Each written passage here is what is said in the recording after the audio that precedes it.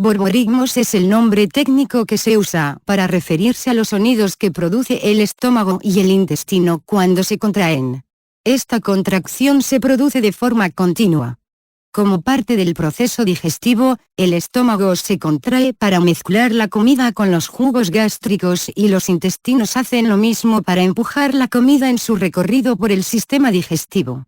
Cuando el estómago está vacío, los borborigmos son más fuertes porque el estómago y el intestino están estrujando aire para arriba y para abajo y eso resuena en el espacio vacío.